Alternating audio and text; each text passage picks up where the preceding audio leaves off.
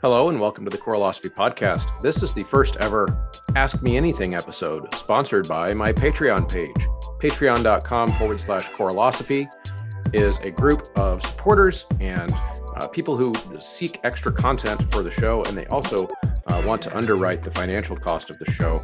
And they have chipped into this episode by also chipping in questions to my Ask Me Anything form, which when you hear this episode, if you want to jump on the Patreon for $3 a month, by the way, gets you in the door over there. You'll have access to the podcast feed, which is there. You'll have access to the Google folder that has my rubrics and different types of supplemental materials that I've talked about periodically on the show. As long as you're a subscriber over there, you'll have access to that stuff. And so they threw in some questions for this episode. This should be really fun, informal, but also some really good studious questions as well. I gave them no rules. So there's no rules about what the questions have to be about. So this should be a lot of fun. So we're going to dive in here. I also didn't make them reveal their identities, which I found was interesting. A good number of them wanted to be anonymous, which is, I think, an interesting phenomenon. And so we will start with the people who did not want to be anonymous. So I gave them the chance to out them as a supporter, I guess, on the show.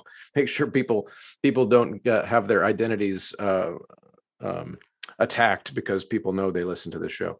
Brandon Waring asks, during the years of building your program to be musically literate, how did you keep students motivated to work on sight reading? So I guess what he's asking here is that it's obvious that once your kids get good at sight reading, then it's easy to get them to do more because they believe that they can achieve it. And so pushing them from, say, on Sight Reading Factory level 4 to level 5 is maybe not as hard as pushing them into level 1 or from 1 to level 2 because they don't quite yet believe.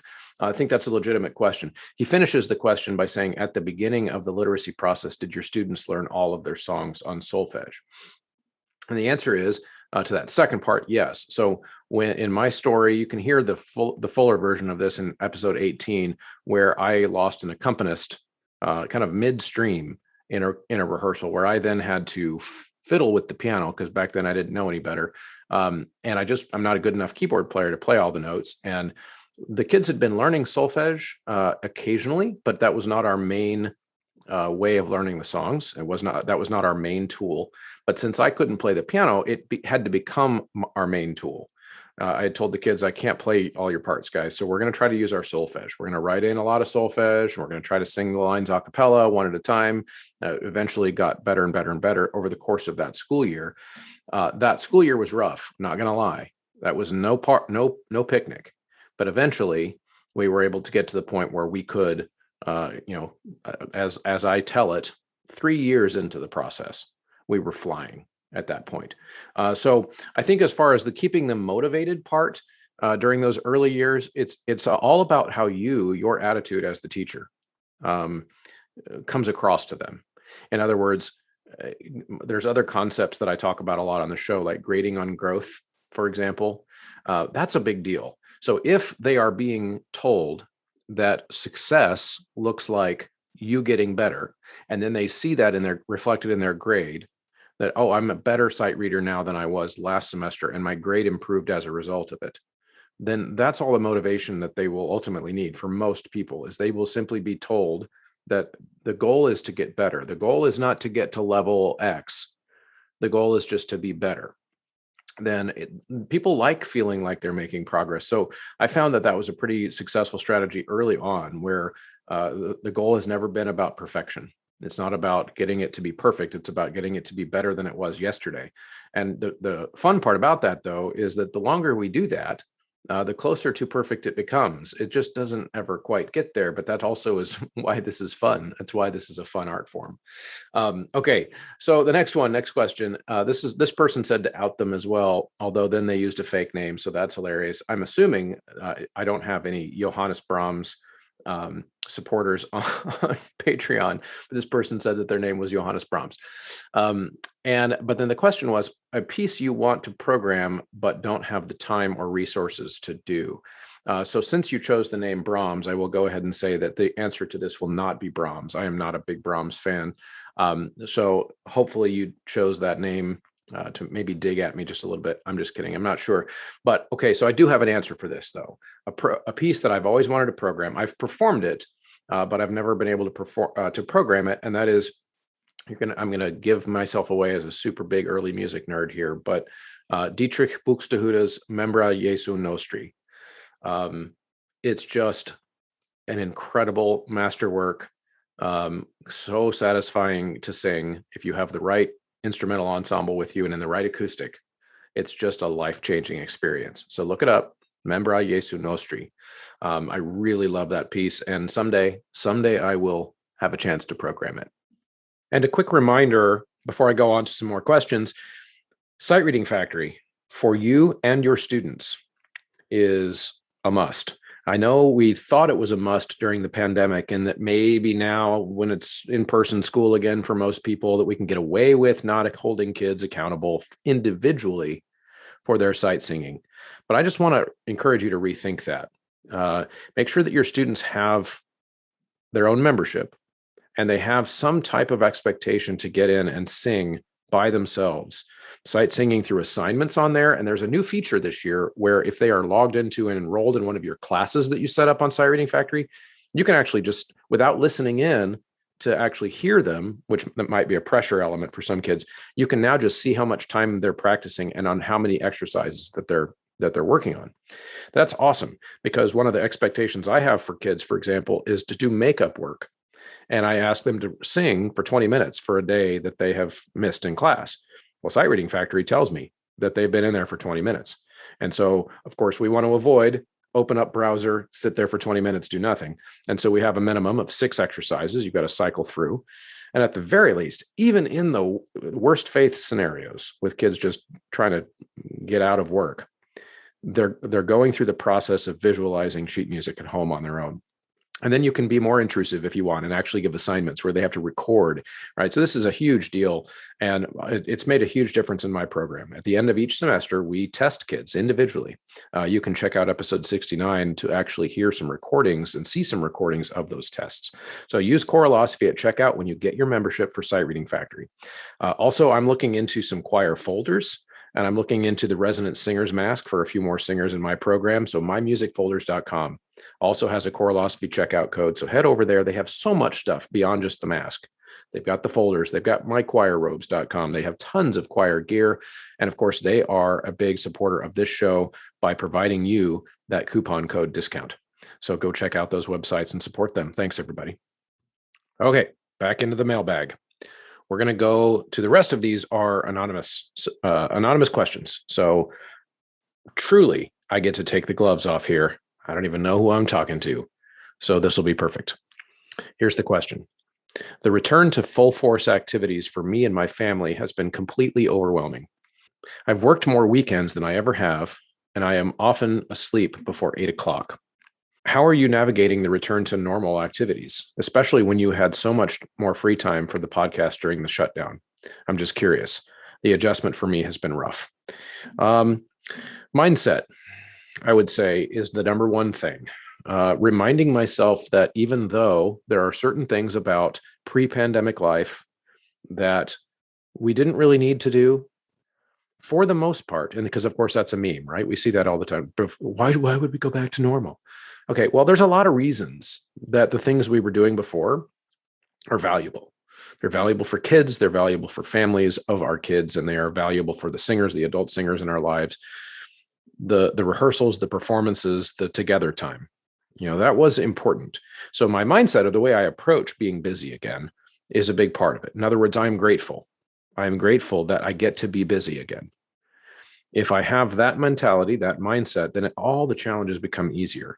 Every time I'm tired, every time I'm ready to give up, every time I'm starting to look towards that early retirement, I become, again, reminding myself that I'm thankful that I get to be busy again. Now, that's important. Now, to the question specifically, being overwhelmed, returning to the full force of normal, does that have an effect on me? Yeah, absolutely it does. I'm actually also going to sleep earlier than I ever have.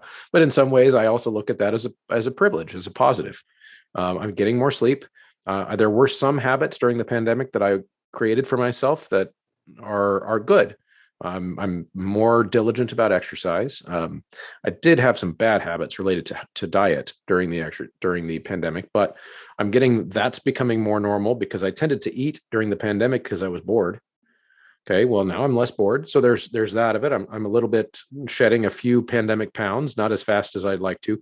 Essentially, what I'm trying to get across for this question is, yes, I hear you. I hear that it's overwhelming, and I hear that we did get used to being less busy, and it became normal for us. For in 18 months, it became normal, or whatever, 11 months, depending on where you live. But there's a reason that we believe that our job is important. And I was told by one of my mentor teachers when I was young that to be a great choir director, you're not working 40 hours a week. It just takes longer. And yes, we could get into all kinds of arguments about whether or not that's fair. But on the flip side of that, that's one of the things that I'm trying to do here on this show is try to help my audience work more efficiently, so that we're doing all the things that we all wanted to do before the pandemic, and we're just as busy, but we're working more efficiently, so we don't feel as overwhelmed. That's the goal. Okay, next question. If someone gave me a lot of money, I'll just read it from their words, I guess. If someone gave you a lot of money, would you quit your school and turn your pro choir full time, like cantus or chanticleer? That is a hard no. That is a hard no. I love cantorai. That's the pro choir. I love my school job. I love working with church choirs. I wouldn't quit any of them if I could just do a pro choir full time. Now, if I won the lottery, I would do a little bit less choir. But if the choice was pro choir full time or my school choir full time, I would do the choir, the school choir, no hesitation. Now, the reason for that is not because I like one more than the other. It's just that for me, I get more of my personal sense of worthwhileness. I'm not sure if that's a word, but I feel like most of my identity as someone who looks at myself as wanting to make a difference and wanting to leave the world a better place comes from my work with young people. The difference that I make in their lives, the musical moments and connections that we are able to create because we're together for anywhere between 4 and 7 hours a week. With the adults, even if it were a full-time pro choir, this might sound weird, but I don't know that I would get the same level of feeling like I was making that difference, because in a lot of ways, those adults are already fully formed humans. I love working with high school kids because they're not yet fully formed humans. They don't know who they are. And I feel special because I get to be part of their life when they're in that decision-making time. When they are trying to figure out who they are, I'm there. And that's a big part of my identity as a professional, is that I'm there when they need me. The grownups, I love it as a diversion. I love cantorai as an outlet, but the grownups don't need me. They don't need me, and that's fine, and that's good in that moment. But it just provides a different type of outlet. Okay, next question. Do you get flack for not following the zeitgeist in a very liberal profession like choral music? This is an interesting question because, yes, the answer is yes. I do get a lot of flack for not following the zeitgeist. If you're not familiar with zeitgeist, it's just a term that means the kind of the general culture that no one really says what the culture is, but everybody just knows, right? So everybody just knows that the zeitgeist of choral music is progressive, primarily. This writer chose the word liberal. I would say that we are not a very liberal profession. I would say that we are a progressive profession, and those are two different things. I'm a liberal. I'm not a progressive. So I do feel a little bit ostracized in some of those opinions. There are certain opinions that you're just supposed to have.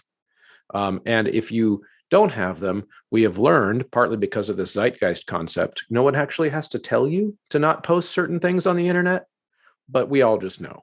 We all just know there are certain opinions you're not supposed to have. And you're not, definitely, even if you have them, not supposed to make them public. especially on things like a choir director Facebook group or whatever. So here's the thing with me, though. I don't give a shit. I don't give one rat shit. And that's going to be one of my stronger curses on this show, because honestly, I'm tired of the choral zeitgeist. I am tired of it. I want to go back to a time when we mostly knew each other in person because of conventions. And if we disagreed, we sat around at the bar at the convention. And I'm old enough to remember when it was like this. If we disagreed, we would sit around at the bar drinking and arguing. And the next morning, we were still friends. Nobody was canceled when they woke up. Nobody was, nobody was out of a job. Nobody had their publishers canceling their publications. We just disagreed. And because we were in person, we saw each other as humans, and we also had time in the interaction that was human to argue back and forth our different points. And it was actually kind of fun. It was actually kind of fun to go up against, so to speak, people that didn't agree with us. So for a younger generation of teachers, I am less concerned with the politics, the progressive politics that tend to work their way into choral conversations. I'm more concerned with the illiberalness of the conversations. And I mean liberal in the sense that I see liberal, which is free. We have become an illiberal profession in that there are just certain things that you're not allowed to say, rather than interesting. I see that differently. Could you explain why you see it the way you see it? In which case we disagree, but here's why I see my point of view. That would be a liberal profession. So again, I will quibble with the language of this question, and that I don't think we have a very liberal choral profession. I wish we did. That would be how I answer that question in a very cryptic way. Okay. Next, do you have any suggestions for recruiting male voices, specifically high school age, to the choir program? How do we change the attitude that singing is for girls or that it's not manly? What do we do to help athletes see that they can participate in music and sports? Oh man, this is tough. This is tough. So I will give a snarky answer, and then I will try to give a more satisfying answer. One, be a bro.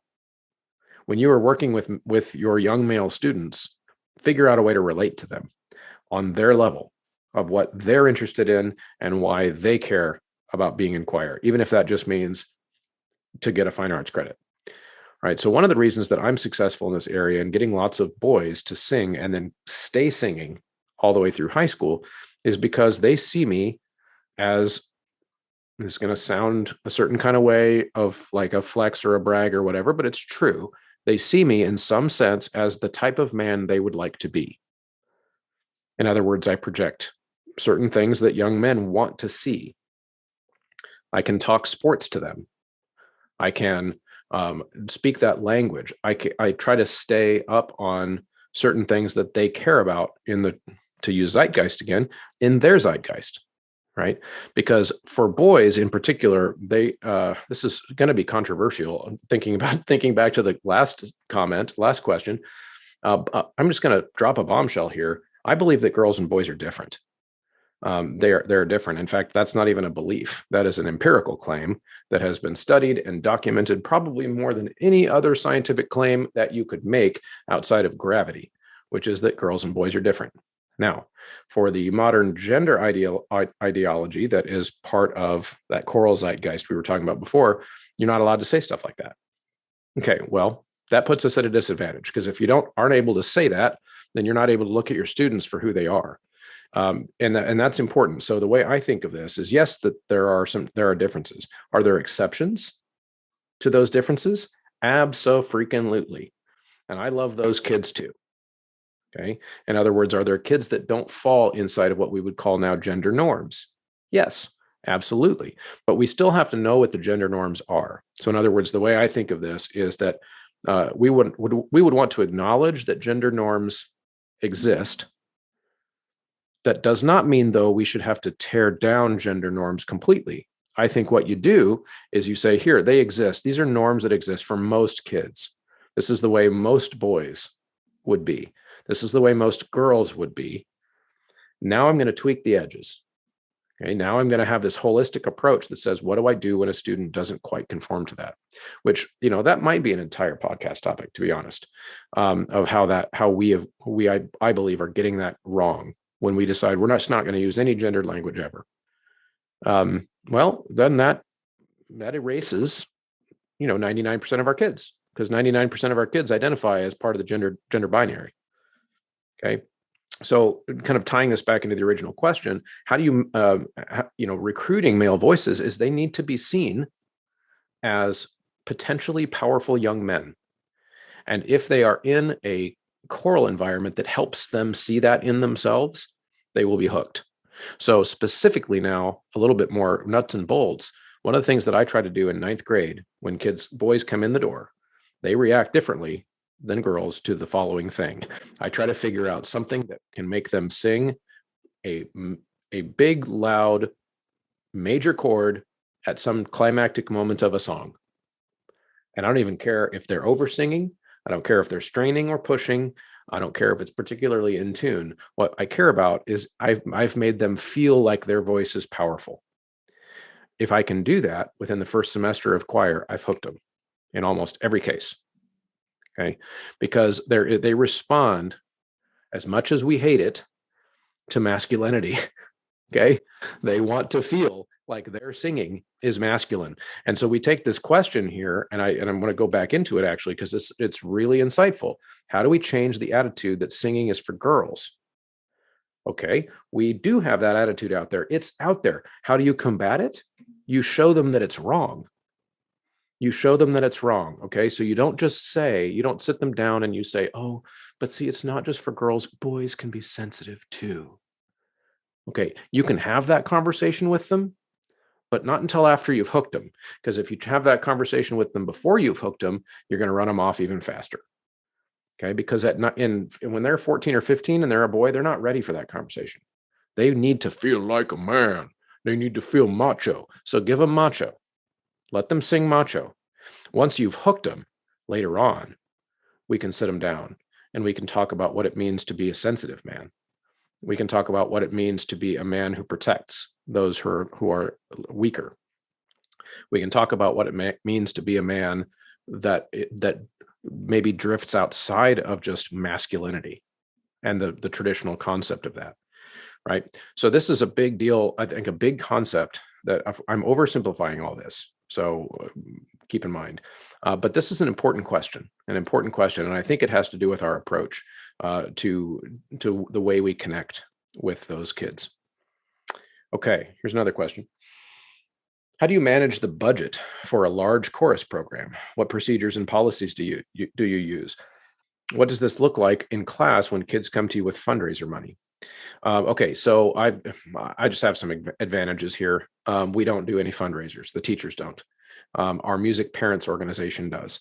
So when money comes in through a fundraiser, I don't even touch it. We have a safe in our room that only the music parents have the key. And so they drop their money in a box, and a music parent comes after school and picks it up. So that's easy. Now, if there are classroom fees, this has changed over my career. We used to have to collect money and turn them in. And nowadays, all the kids pay their class fees through our school enrollment system. So I don't touch that either. It's all electronic.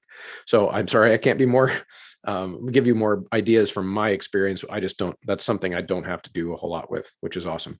The same Patreon supporter here has another question. What does your after school schedule look like?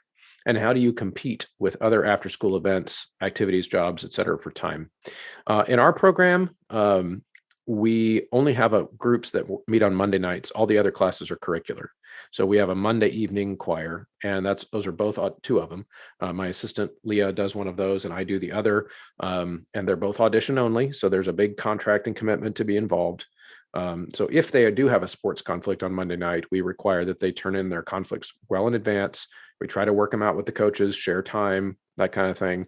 But they're responsible to stay on top of that schedule. And yes, we also do have concerts after school. They are required. They are for a grade. And we have what you would call an excused versus unexcused policy in our syllabus, where lists out specific things that would cause it to be excused as an absence. like conflict with a sporting event, like a game or whatever. And and we do say it has to be school related conflict that's legit. Of course, being sick nowadays, quarantined, those types of things, those are all excused. Wedding in the family, funeral in the family. We list out several different things that count under our policy as excused.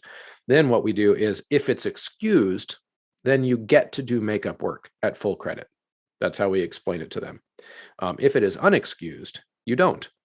So unexcused absences, they don't get to make up because they're just blowing it off. It's like just skipping class on the day of the test is what I tell them. So that's how we do that. And then a couple more here. I'd like to eventually start a paid professional choir like Contrary KC or Conspirare, Ars Nova, Copenhagen, etc. How do I go about it?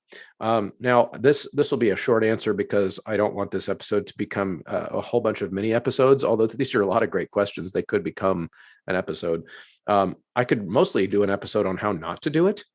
Because I just made up Contrary KC as I went along. Like we didn't really I never really planned to start a pro choir.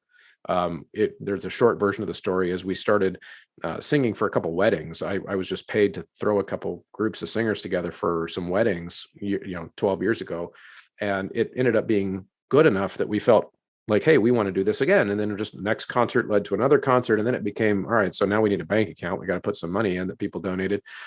Well, okay, now I guess we better get a tax exempt. We just kind of did everything backwards. And so as a result, probably my biggest regret about Contrary KC is that we don't have a lot of community support, organizational support in terms of helping us run the logistics of the organization.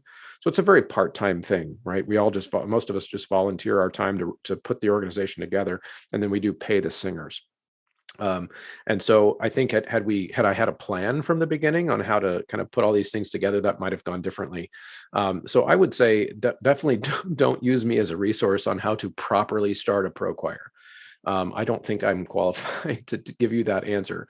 I just can tell you a whole bunch of things to avoid. If you want to reach out and contact me specifically on that, that would be fine. I'd be happy to help you with some of the things that I did that I shouldn't have done. I probably broke a bunch of tax laws unintentionally when I was doing that. And then the last one, which is from Phil Suggs, who decided he could be outed, which is awesome. I wonder if so many people want their privacy protected because of this choral zeitgeist issue. Now that's interesting. Maybe do people see this show as like a conservative show? Because that would be really weird, being not a conservative. Interesting, because that's like, so, and it's an interesting thing. So if the choral zeitgeist is conservative, does that make this show anti-liberal or against that? It's an interesting thing. I'd be interested to hear people share with me what the word on the street about this show is in that sense. I wonder if they think that there's a political bent on this show. Okay, interesting. Okay, so back to Phil's question here. How do you teach rhythm, particularly syncopated rhythm? Phil mentions that I have said on the show in the past that rhythm isn't really my strong suit. And then he says, yet your singers do so well. That's great. He's probably seen some maybe YouTube videos or something of maybe I've even got rehearsal videos on YouTube that you can find. And he says, by the way, I'm a strong disciple of Carol Kruger, who I'm trying to get on the show. We're going to have an episode with Carol soon, and Takadimi. So the way I teach rhythm, he's right, rhythm is not my strong suit. I don't think that I'm necessarily bad at teaching it. It's just that I'm not a good sight reader of rhythms. I have to sit down and do a lot of count singing, working it out and slower, speed it back up, that kind of thing. It doesn't just pop into my head as a functioning rhythm right away like pitch does. So pitch just pops right into my head. I hear it. Like I just pick up a piece of music and I can hear it happening. Rhythm doesn't do that for me. And so in a sense, the way I think of rhythm at the choir teaching level is that, and I'm not saying this is the right way to do it. This is just what I do, which is that I've discovered that if they are no longer thinking about what pitch to sing, then rhythms tend to work themselves out 9 times out of 10, unless we're getting into the really tricky things. So in other words, if kids aren't hesitating to figure out what do to mi sounds like, they'll usually just get the rhythm right. Most rhythm errors that I hear from my kids are when they stop to think about what pitch it is coming up next. So we just get really good at the pitches and then let the rhythms kind of take care of themselves over time. Now, if they're really tricky rhythms, then I just have the kids do what I'm doing, which is to write in counts and do a whole bunch of count singing, that type of thing until we get it. Worst case scenario, I'll have some really tricky rhythm get demonstrated for them by a drummer in the choir. And then we usually work through it that way. So I don't have a super dedicated system in that way. Okay, that was quite a mailbag. This was fun. First ever Patreon only Ask Me Anything episode. Don't forget to be part of the Patreon. All you've got to do is head over to patreon.com/choralosophy. And for as little as $3 a month, you just jump on there and you become a monthly supporter. And it just kind of does a monthly debit. And once you're there, you have access to the private podcast feed, where I give lots of behind the scenes updates as well as behind the scenes thoughts about some of the episodes that we've had. You also get to see who's coming on the show ahead of time, and you get access to rubrics and different types of materials that I've created over the 2.5 years or so of the show, and a more direct line to communication with me. The producers from the Patreon page are Vasquez Academy of Music, John Warner, Ulrika Igrain Munoz Alarcon, Chandler Smith, David Kowalczyk, Kyle Peterson, Michael Heron, Ryan Main, and Steve and Kathy Kakache. Thanks, everybody. Have a good day.